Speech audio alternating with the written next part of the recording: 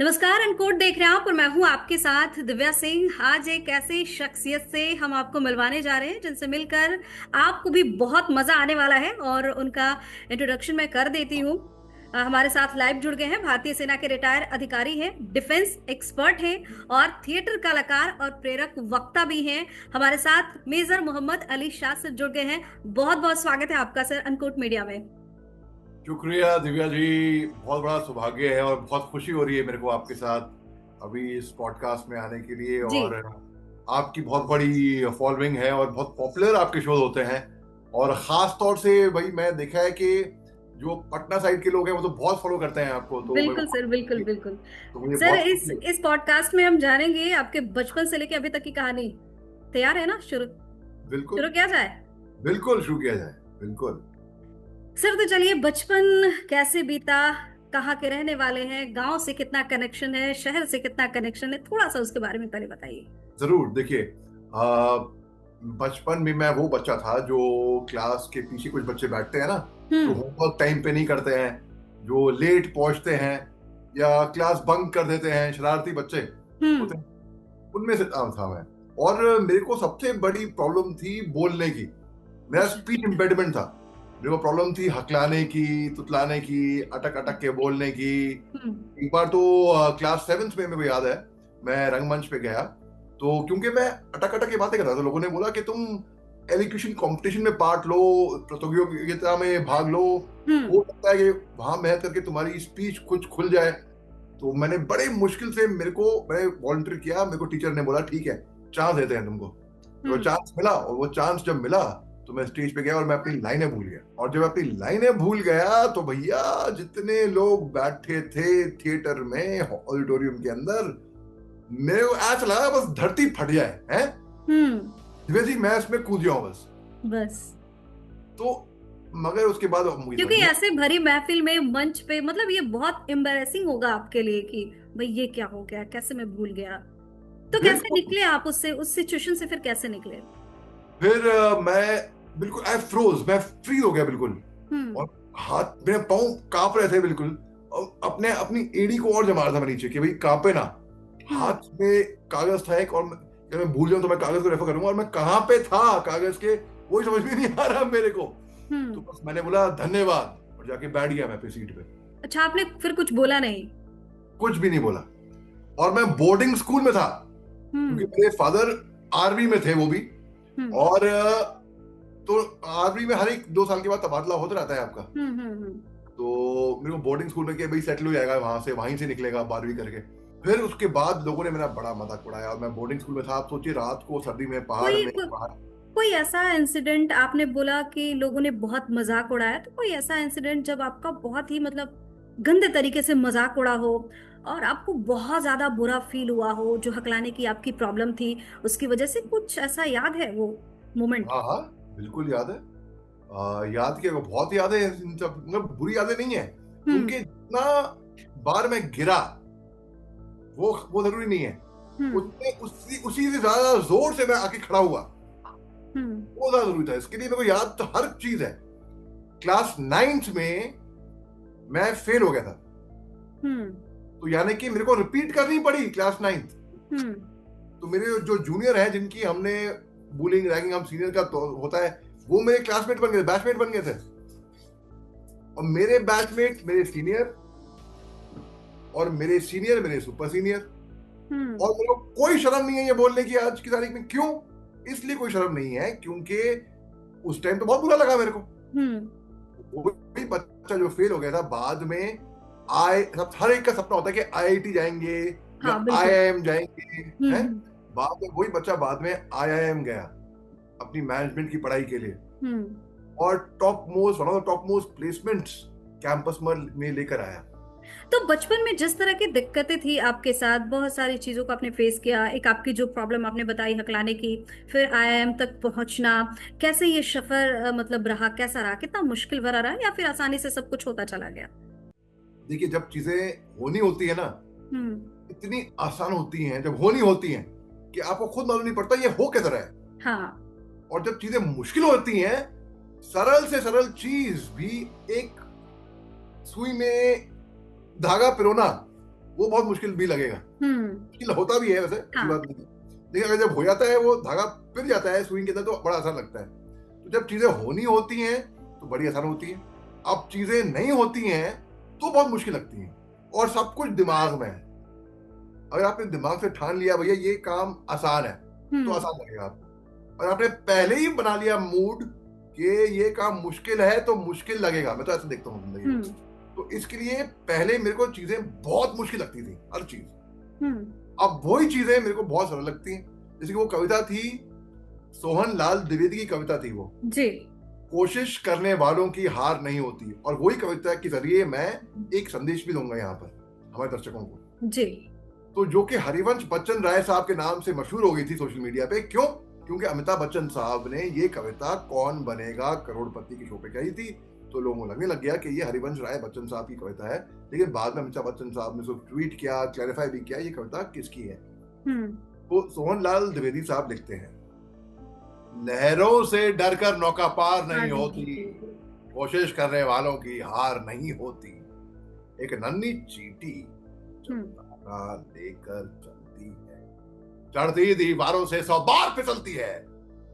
उनका विश्वास, रगों में साहस पड़ता है, चढ़कर गिरना, गिरकर चढ़ना ना करता है। मेहनत उसकी आखिर बेकार नहीं होती, कोशिश करने वालों की हार नहीं होती। हार नहीं होती। डुबकियां सिंधु में गोताखोर लगाता है, जा जाकर खाली हाथ लौट आता है। मिलते नहीं सहजे मोती गहरे पानी में, पड़ता दुगना उत्साह इसी हैरानी में। बुद्धि उसकी खाली हर बार नहीं होती, कोशिश करने वालों की हार नहीं होती। असफलता एक चुनौती है, उसे स्वीकार करो। क्या कमी रह गई देखो और सुधार करो। जब तक ना हो सफल नींद चैन को त्यागो तुम, संघर्ष का मैदान छोड़ मत भागो तुम। कुछ करे बिना ही जय जयकार नहीं होती, कोशिश करने वालों की हार नहीं। मेरी बिल्ली ने भी सुन ली कविता, तो मेरी बिल्ली आ गई यहाँ पे। बिल्कुल कोशिश करते हैं भाई, मैं भी आ जाऊं पॉडकास्ट के अंदर। हाँ, वो कविता सुनकर ही आई है, आपके पीछे में दिख भी रही है विंडो में जो बगल में। सर, आप अधिकारी भी रहे भारतीय सेना में, आप थिएटर कलाकार भी रहे। थिएटर कलाकार से निकलकर एक अधिकारी तक का सफर तय करना कैसे हुआ? ये अचानक से मतलब कैसे आया माइंड में? पापा से प्रेरित हुए या फिर क्या कुछ और रीजन था? बड़ा अच्छा सवाल है आपका। देखिए, जी हाँ, अपने पापा से प्रेरित हुआ मैं, बिल्कुल। वो फौज में थे और उनके छोटे भाई मशहूर कलाकार हैं। सगे भाई उनके नसीरुद्दीन शाह साहब, बहुत बड़ा नाम उनका कला की दुनिया में। तो पापा से प्रेरित तो था, उनके छोटे भाई से ही प्रेरित था मैं। तो ये था कि ऐसा नहीं है कि आर्मी ऑफिसर कला की तरफ को गया, एक कलाकार। हाँ, बिल्कुल बिल्कुल। ठीक है। तो उसके बाद फिर और फिल्में करी, रंगमंच से जुड़ा रहा मैं। और ये बात है कि जो कला का कीड़ा है ना, वो तो कूट कूट के हर एक रग रग में भरा हुआ था, भरा हुआ है, भरा हुआ रहेगा शायद। तो बात मेरे को ऐसी थी कि नेशनल स्कूल ऑफ ड्रामा, राष्ट्रीय नाट्य विद्यालय, बल्कि आप बखूबी जानते होंगी पंकज त्रिपाठी।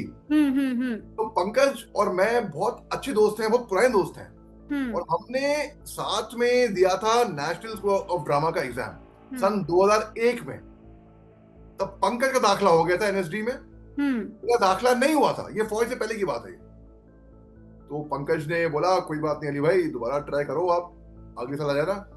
मगर ये बात याद रखना, अगले साल आप हमारे से 1 साल जूनियर होंगे, हम आपको खूब रैगिंग करेंगे हॉस्टल में।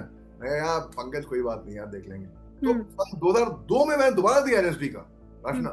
अगेन मेरा दाखला नहीं हुआ एनएसडी में, तो बहुत बुरा लगा। लेकिन तब तक मैं क्वालिफाई कर चुका था सीडीएस का exam, combined defence services officers training academy, short service commission, फौज में। तो मैं फौज में गया फिर, और मैं कहा भाई 3 साल मैं तैयार हूं एनएसडी में ट्रेनिंग करने के जी। 2 साल और जोड़ दिए। तब आर्मी में शॉर्ट सर्विस कमीशन 5 साल की थी मैं। सर, फौज में तो आप गए, लेकिन पहले आप एक कलाकार थे। तो कभी मन में ये नहीं आया कि मुझे बहुत बड़ा स्टार बनना है, इसी में अपना नाम रोशन करना है, इसी में अपनी एक अलग पहचान बनानी है? ये तो कुछ आया होगा ना दिमाग में? जी, फ्रैंकली स्पीकिंग, ये स्टार बनना था ये कभी नहीं आया मेरे दिमाग में, अभी भी नहीं आता। हाँ, एक कलाकार बनना था, बनना है, वो अभी भी आता है दिमाग में। अच्छा।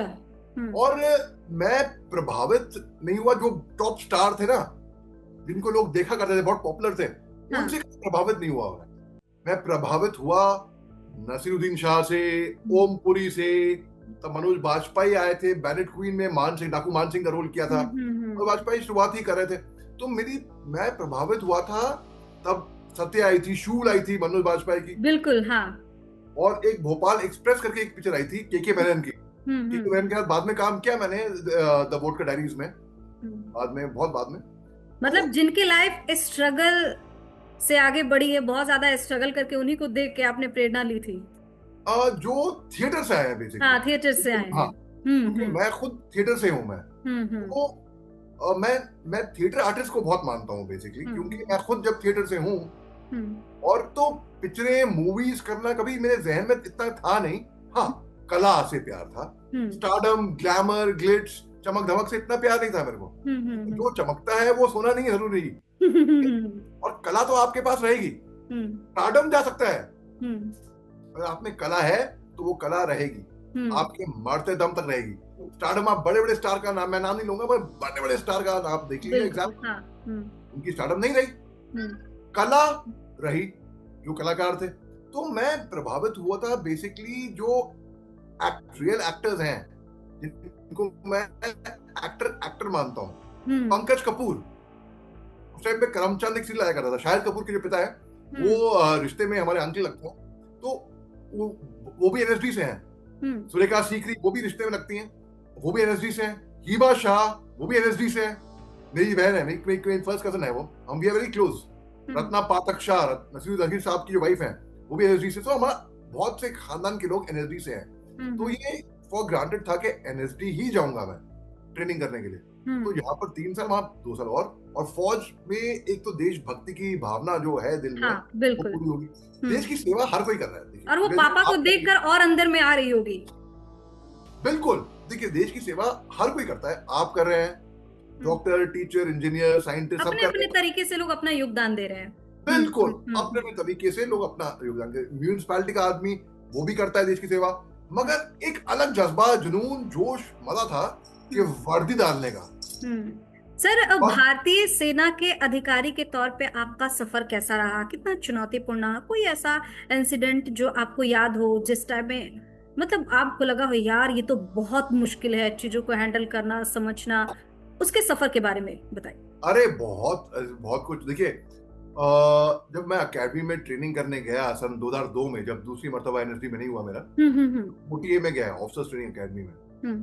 तो मैं आर्मी बैकग्राउंड से आया था, एक बोर्डिंग स्कूल जो कि मिलिट्री स्कूल था, तो पूरी ड्रिल आती थी मेरे को ऑलरेडी। तो आई वाज सेलिंग थ्रू, मगर एक टेस्ट ऐसा था जहाँ पे पहले अटेम्प्ट में फेल, दूसरे अटेम्प्ट में फेल, तीसरे अटेम्प्ट में फेल, फिर मिड टर्म ब्रेक हुई, सारे कैडेट्स घर गए, मैं अकेडमी में ही रुका रहा। मेरे को इजाजत परमिशन नहीं मिली घर जाने की ना, मैं अकेडमी में रुका रहा। एक्स्ट्रा ड्रिल्स दिए गए, पनिशमेंट्स मिले मेरे को।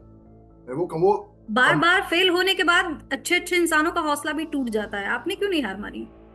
क्योंकि वो कविता है, लहरों से डरकर नौका पार नहीं होती। बिल्कुल। एक बड़ी अच्छी कहानी मैं सुनी थी उससे पहले।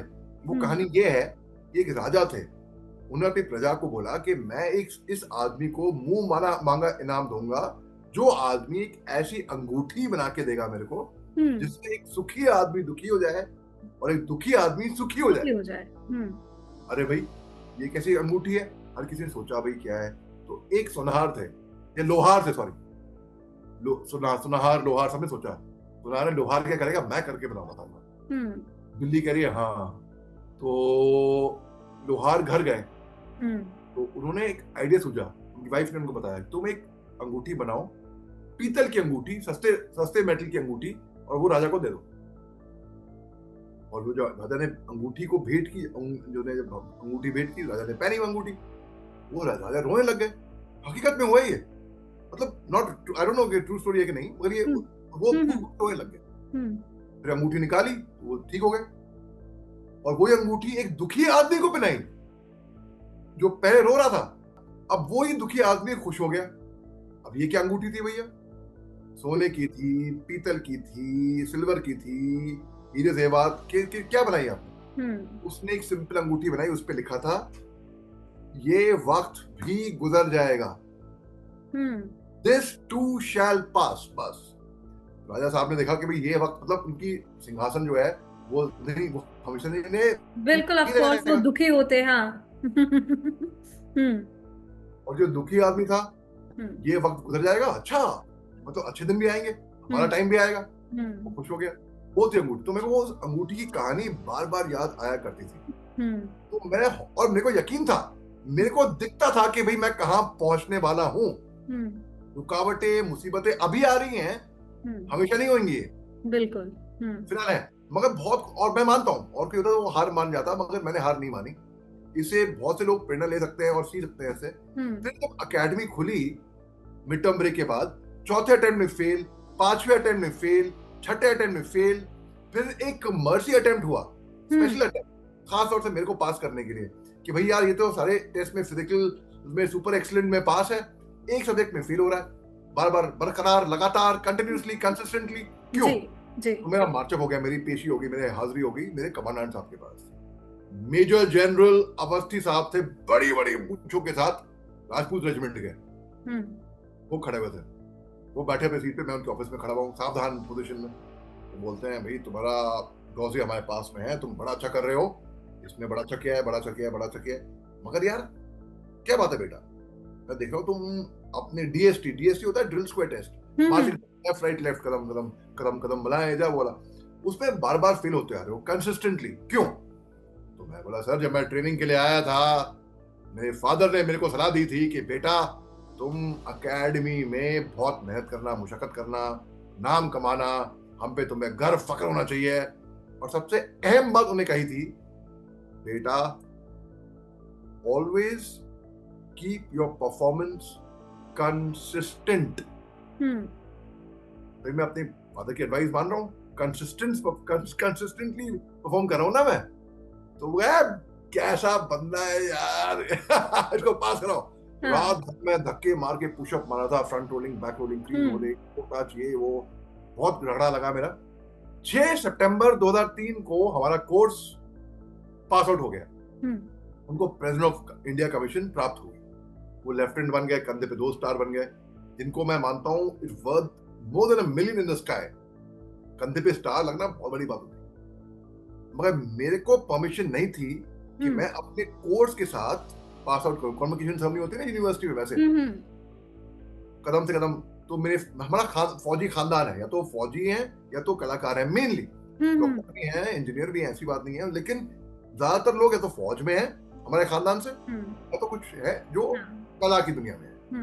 सलीम शाह, वो एनर्जी नहीं गए, लेकिन वो बहुत मंझे हुए कलाकार हैं।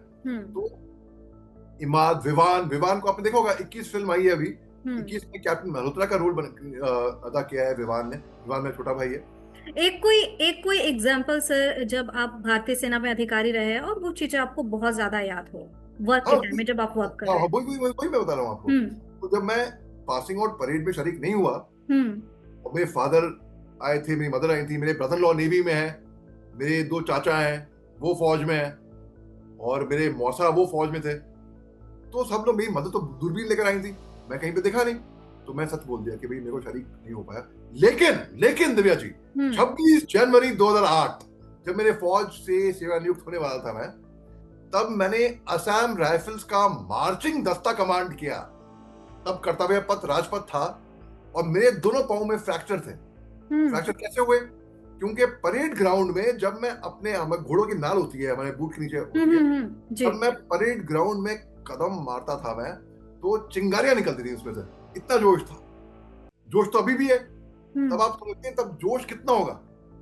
और कदम मार मार के लोग जो वाघा बॉर्डर गए हैं, बीएसएफ की परेड देखी है, वैसे तो हम परेड नहीं करते हैं, लेकिन हमारी बहुत रियलिस्टिक परेड होती है, लेकिन मेरे पाँव में फ्रैक्चर हो गए थे, और मैं डिस्क्वालीफाई हो गया कि आप परेड तो नहीं कर पाओगे फ्रैक्चर लिख के। आप यकीन नहीं मानेंगे दिव्या जी, मैंने पेन किलर्स लिए, मैंने पूरी ताकत यहाँ पर है, यहाँ पर नहीं है, यहाँ पर है। मैंने कहा परेड तो मैं करूंगा, दुनिया की कोई भी ताकत मेरे को नहीं रोक पाएगी। और मैं परेड करी। आप वो 30 सेकंड का वीडियो है, यूट्यूब पे है, आपने देखा होगा शायद। तो मैंने वो किस्सा वो यादगार जिंदगी भर रहेगा हम्म। उसके आगे भैया कलाकार को ऑस्कर क्यों ना मिल जाए, सब फीका है, दुनिया फीकी है, वो अचीवमेंट है, उसको सही मैं बात है। अचीव, वो that's like the hmm biggest honour. और मैं अपने फादर, मेरे फादर भी आर्मी में थे, वो deputy chief of army staff थे, that's the hmm number 2 ranking officer of the country basically.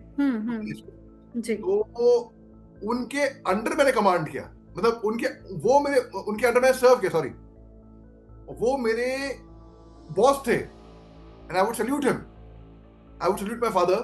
Hmm I never went to the house, उनके घर कभी नहीं गया, मैं अपने अलग से ईडीसी हट पे रहा करता था, उनको केवल ऑफिस में, गोल्फ कोर्स में या आर्मी पार्टीज में बस। बस। और मेरी मदर मैम थी, वो मदर कभी नहीं थी, मैं घर नहीं गया, मैं अपना अपना अपनी लाइफ थी मेरी बेसिकली।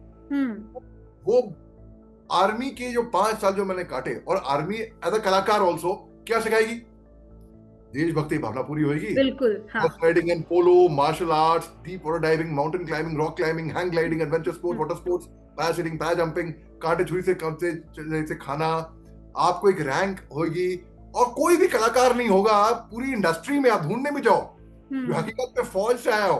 हम्म। मुझे उस टाइम पे लगा कि भाई ये पहली चॉइस आर्मी ऑफिसर के लिए, जैसे कि पिक्चरें होती हैं, जैसे उरी हो गई, शेरशाह हो गई, 21 हो गई, 120 हो गई, ऐसी फिल्मों के लिए मैं पहली चॉइस बनूंगा।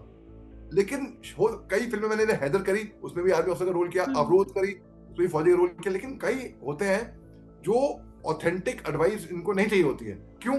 क्योंकि हम बॉस हैं भाई, हम डायरेक्टर हैं, हम बताओगे हमको, हम बताएंगे तुमको। वो फेक ईगो होती है, मैं नाम नहीं लूंगा, कई होते हैं ऐसे हाँ हाँ हाँ। जिनको ऑथेंटिक एडवाइस नहीं चाहिए होती है। वो अपनी कल्पना से, आर्मी के लोग ऐसे करते हैं, ये छलांग मारेंगे तो वो ऐसा दिखा देते हैं। सर, सेना से रिटायर होने के बाद आपने अपने लाइफ में क्या बदलाव महसूस किया? क्योंकि उसकी रूटीन लाइफ जो होती है वो बहुत अलग होती है, बहुत टफ होती है। फिर जब आप रिटायर हुए होंगे तो फिर एक नॉर्मल लाइफ जीना, मतलब कैसे, क्या रहा? देखिए, मेरा ट्रांजिशन तो बहुत स्मूथ स्विफ्ट था। मैं एनडीए में दाखिला नहीं हुआ था, वो बताना भूल गया मैं आपको। एनडीए से पहले मैंने एनडीए दिया था 12वीं के बाद, national defence academy. Entrance test में ही मैं फेल हो गया था मैं एनडीए के, मगर सपना था कि वर्दी भी डालनी है, कलाकार भी बनना है। अब you can have best of both, एक तो चूज करना पड़ता है। मैं तो नहीं, जहां चाह है वहां राह है, you can have best of both worlds. भाई मेरा सौभाग्य है कि मैंने वर्दी डाली हुई है। बहुत कम लोग ये बात जानते हैं, सन 2001 में रणदीप हुड्डा, शाहिद कपूर और मैं, हम एक ही क्लास में थे, एक ही वर्कशॉप में थे। हम, नसीर साहब की क्लास थी और हम साथ में, हम लोग दिन भर, हम साथ में रात भर, बहुत कुछ अनेक दिनों हमने ट्रेनिंग ली। रणदीप और शायद बॉम्बे आए, स्टार बने, और मेरे को बड़ी खुशी है इस बात की, और बड़े स्टार बने, वो पूरी दुआएं उनके लिए। ठीक है, मैं फौज में गया उसके बाद, और मैं अपनी वर्दी पे स्टार कमाए, तो मैं ऐसे देखता हूँ उसको। और उसके बाद फिर सफर चलता गया। फिर जब फौज के बाद जब मेरा दाखिला हुआ IIM कैलकाटा में, मैंने कहा प्रेस्टिजियस प्रीमियर बी स्कूल देश का, यहाँ पर लोग मरते हैं IIT या IIM जाने के लिए। मैं यहाँ पर आया, तो यहाँ पर ये सही मौका है, चाहे आप कलाकार बने, चाहे डॉक्टर बने, चाहे कुछ भी बने, बिल्कुल हाँ, आप राजनेता बने, आप एक IIM का में पढ़ने का अलग मजा है भाई। IIM गए हो, तो कितने लोग हैं जिनको नसीब होता है कि भी फौज में गए या IIM गए, या फिल्मों में आपको 70mm पे देखा, या अंतरराष्ट्रीय मंचों पे TEDx पे बोले, तो बहुत कम। तो मुझे, अब मैं अपने आप को लकी मानता हूं कि भाई मेरे पेरेंट्स की दुआएं, और कहते हैं ना, जब खुदा मेहरबान तो गधा पहलवान। काम और फैमिली के बीच में बैलेंस बनाना कितना मुश्किल होता है, कभी दिक्कत हुई? नहीं, दिक्कत तो कभी नहीं हुई, लेकिन बहुत लोग कहते हैं बहुत मुश्किल होता है, या तो बहुत बिजी रहे। पर देखिए, शाहरुख खान बहुत बिजी रहते हैं, इतने बड़े स्टार हैं, लेकिन फैमिली को टाइम देते हैं, अपने बच्चों को टाइम देते हैं, अपनी बीवी को टाइम देते हैं, अपने घर पे वक्त गुजारते हैं मन्नत में। आप अपनी फैमिली को कैसे टाइम देते हैं? बहुत टाइम देता हूँ मैं, क्योंकि हमने, देखिए, साथ में थिएटर भी किया, अपने बच्चे को मैं पढ़ाता हूँ अपने बच्चे के साथ। अभी मैं गोवा घूम के आया हूँ, क्रिसमस न्यू ईयर वहां मैं मनाया, तो अपने बेटे को पैरासीलिंग ले गया था मैं, हम आसमान में थे, मेरा बेटा और मैं, तो बहुत खुश हुआ। और टाइम की कोई, अब देखिए ऑनलाइन काम कर रहे हैं, ऑनलाइन घर पे। और बिल्ली भी है, बिल्ली पेट को भी टाइम दे रहा हूं मैं। तो इसमें कोई इशू आया ही नहीं, कभी कभी भी कोई इशू नहीं आया। तो लोग कहते हैं बहुत, डोंट बी नेग्लिजिबल। आपने बच्चे की बात की, आपने अपने बेटे का जिक्र किया, हम जानना चाहेंगे भारतीय सेना में रहे, कलाकार रहे, क्या उस पे कुछ एक होता है ना बच्चे पे थोपना कि हाँ उसका हो सकता है वो इन दोनों से अलग हट के कुछ करना चाहता हो, लेकिन आपका क्या रहता है कि नहीं तुमको ये करना है? बहुत सारे पेरेंट्स का रहता है कि नहीं तुमको डॉक्टर बनना है, तुमको इंजीनियर बनना है, तुमको इस सेक्टर में नहीं जाना है। तो आप क्या सजेशन देते हैं, बच्चों को कैसे समझाते हैं? बड़ा अच्छा सवाल है आपका। ये ऐसा होता था हम्म। पहले। अब कोई पेरेंट, मैं कह रहा हूं, जो जेनजी, क्योंकि मेरा बेटा बस जेनजी के जी ब्रैकेट जी। में जस्ट आ गया।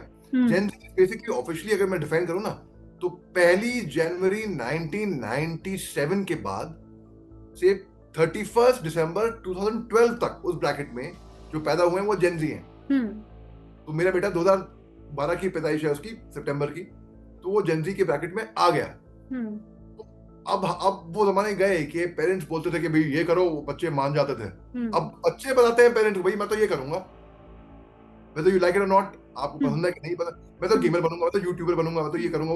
बहुत से आ रहे हैं बच्चे, और बहुत से लोग अच्छा भी कर रहे हैं इस फील्ड में, ऐसी बात नहीं है। हम्म। पहले ये था कि भाई मैं एक्टर बनूंगा। है, एक्टर बनोगे वो तो ठीक है, और पेशे में करोगे क्या? पेशा, एक्टिंग को पेशा नहीं माना जाता था। हम्म। एंकर बनूंगा, जैसे आपको पता है एंकर बनूंगी, तो अरे इनको पेशा माना ही नहीं जाया करता था एक जमाने में, क्योंकि वो अनकन्वेंशनल करियर। जब तक आप डॉक्टर, इंजीनियर नहीं बनोगे, या पुलिस में नहीं जाओगे, या आर्मी में नहीं जाओगे, या पायलट नहीं बनोगे, तब तक आप पेशे में हो ही नहीं, ऐसा लोग मानते थे पहले। आज की तारीख में ऐसा नहीं है। आज की तारीख में जिस वो बच्चे को करना है वो कर सकता है, वो बिल्कुल, and वो छूट है। I am very happy. अगर मेरा बेटा कभी बोलता है वो एस्ट्रोनॉट बनेगा, तो मैंने राकेश शर्मा साहब का इंटरव्यू लिया, जो पहले एस्ट्रोनॉट थे हमारे, उनका इंटरव्यू लिया। फिर मेरे बेटे को बैडमिंटन का शौक चढ़ा, मैंने कहा भाई मैं प्रोफेशनल बैडमिंटन बनूंगा, बैडमिंटन प्लेयर बनूंगा। तो मैंने साइना नेहवाल का इंटरव्यू लिया मैंने। फिर मेरे बेटे ने बोला कि भाई मैं एक कंप्यूटर इंजीनियर बनूंगा। एज जो उनकी चॉइस है, जो बेस्ट। आपका जो पूरा सफर रहा है, आपका जो पूरा जर्नी रहा है, बचपन से लेके अभी तक का, उसको देख के कोई अगर युवा चाहता है अधिकारी बनना, सेना में, भारतीय सेना में अधिकारी बनना है या फिर कलाकार बनना, तो आपको क्या लगता है आपके लाइफ से उसको किस तरीके की सीख लेने की जरूरत है? आप हार मत मानो दोस्त, कभी भी हार मत मानो। रिजेक्शन होंगे भाई। आज की तारीख में मैं जो बना हूं, मैं कुछ खास तो बना नहीं हूं मैं, मगर जो भी बनाऊं, जितना भी, वो इसलिए बना हूं क्योंकि मैंने जिंदगी में शायद लोगों से ज्यादा फेलियर्स, रिजेक्शन, ह्यूमिलेशन, जिल्लतें देखी हैं मैंने। सब कुछ सहा है। सब कुछ सहा है। मैं कितनी बार गिरा हूं, और गिरने के बाद खड़ा हूं, खड़ा हुआ हूं, fail first attempt in learning, मैं कहता हूं।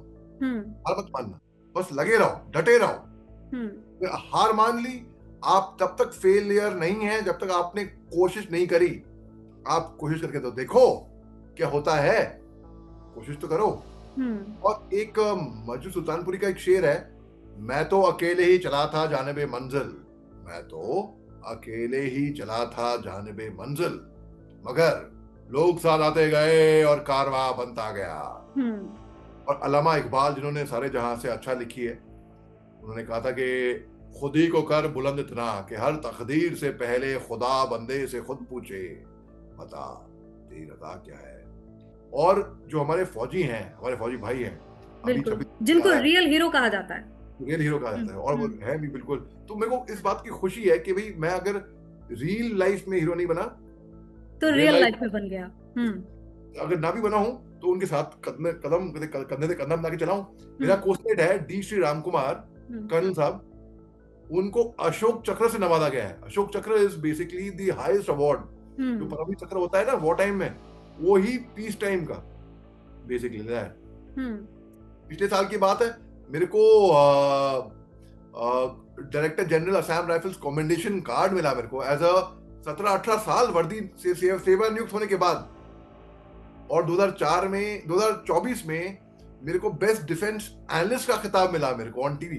जब मैंने अपनी स्पीच दी तो मैंने बोला कि भाई मैं कोई स्ट्रेटेजिस्ट नहीं हूँ, कोई एनालिस्ट नहीं हूँ, मैं बेसिकली एक्टर हूँ, कलाकार हूँ, और ये भी कला है जो मैं टीवी पे कहते हैं रिसर्च करके पॉइंट्स पढ़ के पूरे पॉइंट्स में देता हूँ, तो लोगों को पसंद आता है। रिटायर सर रिटायर होने के बाद एक सवाल मैं और करना चाहूंगी। रिटायर होने के बाद डिफेंस एक्सपर्ट के तौर पे आने का कैसे प्लान बना कि हाँ टीवी पे जाना चाहिए, सोशल मीडिया पे जाना चाहिए, चीजों को रखना चाहिए, बताना चाहिए, गाइड करना चाहिए, इस सवाल का ऐसे जवाब देना चाहिए कि कैसे ये आइडिया कैसे आया? क्योंकि बहुत सारे लोग होते हैं कि रिटायर होने के बाद अपना नॉर्मल लाइफ जीते हैं, गांव चले गए या फिर शहर में अगर कहीं घर है तो वहां पे अपना लाइफ एंजॉय कर रहे हैं।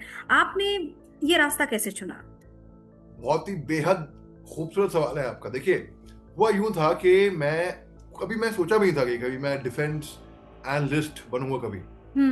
मैं बंबई में था, फौज के बाद मैं फिल्में करी, बजरंगी भाईजान सलमान खान के साथ, उसको एक नेशनल अवार्ड से नवाजा गया। हैदर में एक्टिंग करी, हैदर को 5 नेशनल अवार्ड से नवाजा गया। मैंने द टैशकिन फाइल्स करी, नसीर साहब के साथ सीन है, उसको भी नेशनल अवार्ड से नवाजा गया। दिल्ली फाइल से पहले, बल्कि कश्मीर फाइल से पहले द टैशकिन फाइल्स आई थी। और तो बेसिकली कभी सोचा, मैं सुभाष घाई का फिल्म स्कूल है विस्लिंग वुड्स इंटरनेशनल बंबई में, वहां पर मैं फैकल्टी था। मैं वहां पर मैं ट्रेनिंग करा था मैं एक्टिंग स्टूडेंट्स की। और एक दिन फिर जब ये बदकिस्मती से 14 फरवरी 2019 में जब पहलगाम में हमारे सीआरपीएफ के बहादुर जवानों को उग्रवादियों ने मारा था, तो मेरे को बहुत गुस्सा आया। तो मैंने एक ओपन लेटर लिखा to Jaish e Mohammed the terrorist outfit, और जो धज्जे उड़ाई ना उस चिट्ठी में, वो बहुत वायरल हुआ वो चिट्ठी। अच्छा। वो गूगल पे है, आपने शायद पढ़ी होगी मेरे ख्याल से, बहुत लोगों ने पढ़ी है, बहुत चैनल्स ने कवर करी है इसको। तो वो वायरल हुई, फिर आपसे लोग धीरे धीरे कनेक्ट करने लगे? धीरे धीरे नहीं, अचानक आधे घंटे में, धीरे धीरे बहुत लंबा हो गया। तो जैसी वो वायरल हुई, अब वो मैंने रात के 2:30 बजे मैंने लगाई थी, टेक्निकली 15 फरवरी, हालांकि 14 फरवरी नाइट मैं फेसबुक पे लगाई थी बस केवल। और फेसबुक पे, और सुबह 5:30 बजे मैं उठ जाता हूँ, 5 साढ़े 5 बजे, आदत है फौजी आदमी की। अब जब मैं उठा, मैंने पहला काम हम क्या करते हैं, हम सुबह उठते हैं अपना फोन देखते हैं ना, अनुमान तौर पे, जो कि नहीं, जो गलत बात है। नहा लो पहले, दांत ब्रश कर लो, हम फोन, चाय पी लो, हम फोन देखते हैं पहले। मैं फोन देखा, 10 मिलियन शेयर्स। मुझे लगा कोई वायरस पकड़ गया है, कुछ गड़बड़, कोई टेक्निकल ग्लिच हुआ है, ऐसा नहीं हो सकता। और उस टाइम पे जब लोग सो रहे होते हैं, तो मतलब अंतरराष्ट्रीय स्तर पर जा चुका था ये, एल्गोरिथम में भी फिट आ चुका था। तो अब जब इतना वायरल हुआ, तो हर कोई चैनल, मतलब दुनिया का, हिंदुस्तान का कोई चैनल नहीं होगा, हिंदुस्तान का जितने लीडिंग चैनल्स और leading anchors, the face of the channel, ने मेरा इंटरव्यू लिया। अब हम एक्टर तो हम थे ही थे, माइनर एसडी और माइनर टैक्टिक्स तो हम फौज में सीख चुके थे। तो जब मैं बयां कर रहा था कि भाई what prompted me to write the letter, तो लोगों को पसंद आने लगी, क्योंकि मैं दिल से बोलता हूं। प्रिपेयर करके आप बोलोगे प्रश्न उत्तर, क्वेश्चन आंसर, तो वो बात नहीं होती। अगर जब दिल से बात निकलती है ना, तो लोग कनेक्ट कर पाते हैं आपसे। बिल्कुल। मैंने कनेक्ट किया। वो आपका गुस्सा था जो लोगों को ज्यादा कनेक्ट कर गया उस मुद्दे पे। इमोशन बेसिकली, और लोगों से कनेक्ट हुए। एंड उसके बाद फिर जब मैं इंटरव्यू पे था, एक लीडिंग, 15 फरवरी 2019 की बात है ये,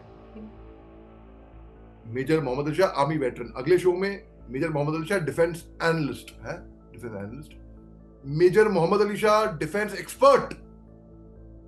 मेजर मोहम्मद, अगले शो में आधे घंटे बाद, major Mohammad Ali Shah defence and strategic expert. मैं कहा स्ट्रेटेजी, बाप रे, बना दिया, भारी भरकम टाइटल दे दिया मेरे को, ये बहुत जिम्मेदारी की बात है।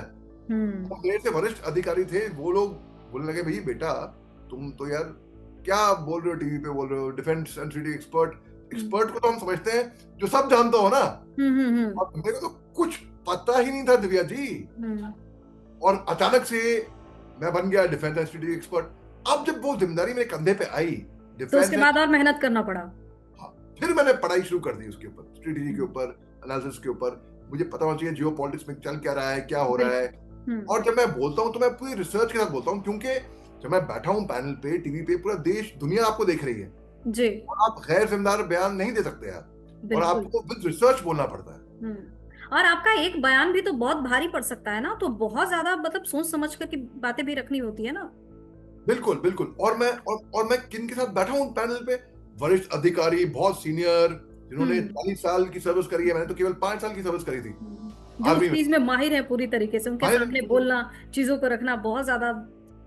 हम्म और कन्विंस भी करना, तो फिर टू टू फिल तो अप कभी द। डर लगा कि अरे भाई इतने सीनियर लोग मेरे साथ बैठे हैं, मैं भी पैनल में जुड़ा हूं, कहीं ऐसा ना हो कुछ मिस्टेक हो जाए मेरे से तो फिर दिक्कत हो जाए, ऐसे कभी डर लगा क्या? मिस्टेक का तो कोई गुंजाइश थी ही नहीं, नो हाँ। एरर। वो तो उसका डर नहीं लगा। हम्म डर ये लगा कि भाई ये इतने वरिष्ठ अधिकारी और मेरी क्या हैसियत इनके आगे बैठ के। अभी क्या बात है, 2 एक महीने पहले मैं चंडीगढ़ में था hmm at the military literature festival. तो मंच पर एडमिरल अरुण प्रकाश, नेवी के फॉर्मर चीफ थे, वो 4 स्टार, हम्म बहुत ही अच्छे स्ट्रेटेजिस्ट एनालिस्ट, बहुत ही एनालिटिकल माइंड है उनका, अव्वल दर्जे के बेस्ट मैं मानता हूँ। उनके साथ में मेरे को पैनल शेयर करने का सौभाग्य प्राप्त हुआ। उनका इंटरव्यू कर रखा था मैंने पहले। अब दिल में घबराहट तो थी भैया, एडमिरल अरुण प्रकाश के साथ मैं, वो भी नेवी सब्जेक्ट के ऊपर बोल रहा हूँ। हम्म और एक तो बहुत ज्यादा मेहनत करनी पड़ी, रिसर्च करनी पड़ी उसके ऊपर, to fill up the gap. जो तजुर्बा नहीं है मेरे पास और जो नॉलेज भी नहीं है, उसके लिए मैं इतना ज्यादा पढ़ता हूँ, इसके लिए मैं इतना रिसर्च करके आता हूँ ताकि वो गैप मैं वहां पर कवर कर पाऊँ। कवर तो कर सकते। कोई दिक्कत ना हो। देखिए, मैंने आमना सामना किया है कैमरा पे नसरुद्दीन शाह, के मेनन, करीना कपूर, कई अच्छे कलाकारों का और हम्म स्टारों का भी। तब हम्म कभी डर नहीं लगा। यशपाल शर्मा, तो कई मंझले कलाकारों के साथ मैं कभी भी इन ऑ या फीलिंग नहीं आई। शाहरुख खान से मिला, मैं बहुत बड़ा फैन हूँ, हम्म शाहरुख खान से मिला पर्सनली, कभी लेकिन ऐसा। ये तो जिम्मेदारी ही ऐसी है ना सर कि इसमें तो लगेगा बिल्कुल ही लगेगा।